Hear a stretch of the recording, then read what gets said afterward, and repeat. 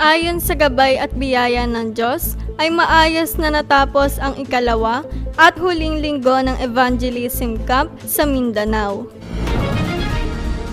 Ang mensaheng ipinahayag mula sa ating pulpit noong nakaraang linggo ay the greatest blessing of the evangelist who walk on the absolute journey mula sa Acts chapter 23 verse 11. Magandang araw! Narito ang OLMC News. Hawak ang salita ng Diyos at panalangin ay maayos na natapos ang ikalawa at huling linggo ng Evangelism Camp sa Mindanao.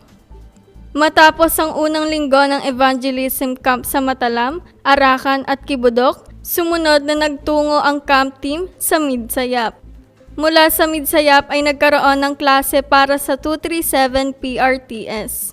Unang ibinahagi ni Reverend Roel Juan ang lecture at mensahe ng The Spiritual Emperor Who Saves Emperor. Ang pangalawang lecture ay patungkol sa Spiritual Emperor, Prophesy. Ang huling lecture naman ay binahagi ni Reverend Kim Munchik na nakasentro sa 66 books ng Biblia, ang tanging Kristo, tanging kaharian ng Diyos, at tanging pagpuspos ng banal na Espiritu. Sa hapon ay nagkaroon ng Evangelism School sa Rangaban sa simbahan ni Pastor Rossi. Ipinahayag ni Reverend Roel Juan ang patungkol sa pagiging isang evangelist mula sa Exodus chapter 3 verse 5. Nagbigay rin ng special praise ang camp team, gayon din ang mga remnants ng Rangaban. Nung nakaraang linggo ay nakiisa at dumalo ng Sunday worship ang camp team sa simbahan ng Assembly of Praise Church sa Midsayap. Mula rito, nagbigay ng mensahe si Reverend Kim Munchik na mula sa 1 Samuel chapter 7 verse 3 hanggang 4. At ipinahayag naman ni Reverend Roel Juan ang mensahe mula sa Ezekiel chapter 37 verse 9, gayon din na nagbigay ng special praise ang camp team at ang mga church members ng Assembly of Praise. Nagkaroon rin ng oras upang mag-enjoy ang camp team na mag-swimming. Sumunod na araw ay nagkaroon ng papuri at pagsamba sa Nikaan. Sa pamamagitan ng mensahe ng daan ng kaligtasan, ay tumanggap sa Panginoon ang lahat ng mga mananampalatayang dumalo. Ang bawat team rin ay nagkaroon ng pagkakataong pumunta ng field upang makapagbahagi ng mensahe ng salita ng Diyos sa mga taong nakakatagpo nila. At nagbigay rin ng mensahe si Reverend Roel Juan. Sumunod ay pinuntahan at binisita ng camp team ang RTS sa South UP kay Pastor Rene, kung saan nagkaroon ng panalangin sa lugar na iyon. Gayon din na binisita nila ang isang bakanting lote o lupa na naroroon. Nagpunta at nagkaroon rin ng pagsamba at evangelism school ang camp team sa South UP Iking One Light Mission Church sa simbahan ni Pastor Bernie. Ibinahagi ni Assistant Pastor Mary Joan ang mensahe ng daan ng kaligtasan at sila ay tumanggap sa Panginoon. Bukod rito, ay ikinumpirma ni Reverend Kim Munchik ang mensahe na mula sa daan ng kaligtasan sa kanila at nagbigay ng huling mensahe si Reverend Roel Juan. Nagkaroon rin ng donation ng mga materyales para sa gagawing basketball ring doon.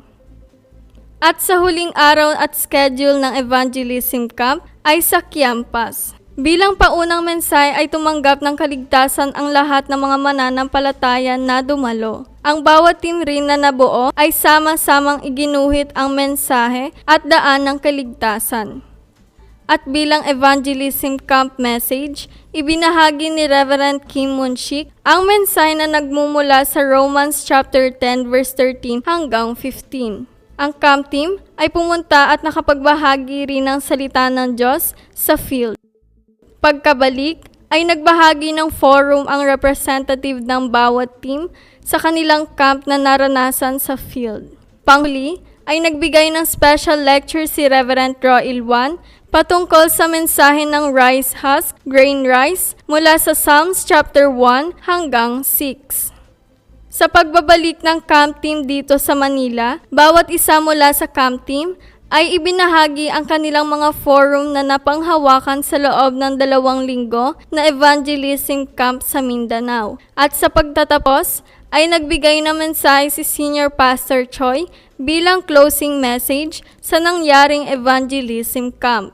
Nagpapasalamat tayo sa pagsama at paggabay ng Diyos sa natapos na evangelism camp sa Mindanao sa taong ito. Gayon din nagpapasalamat tayo sa lahat ng mga church members na nanalangin, hawak ang salita ng Diyos, tunay na maranasan rin natin ang kasagutan na natanggap ng camp team sa evangelism camp. At nawa, sa pamamagitan ng camp na ito, ay tunay na maitayo ang 1,000 bartisan sa lahat ng field at region ng Mindanao na magliligtas.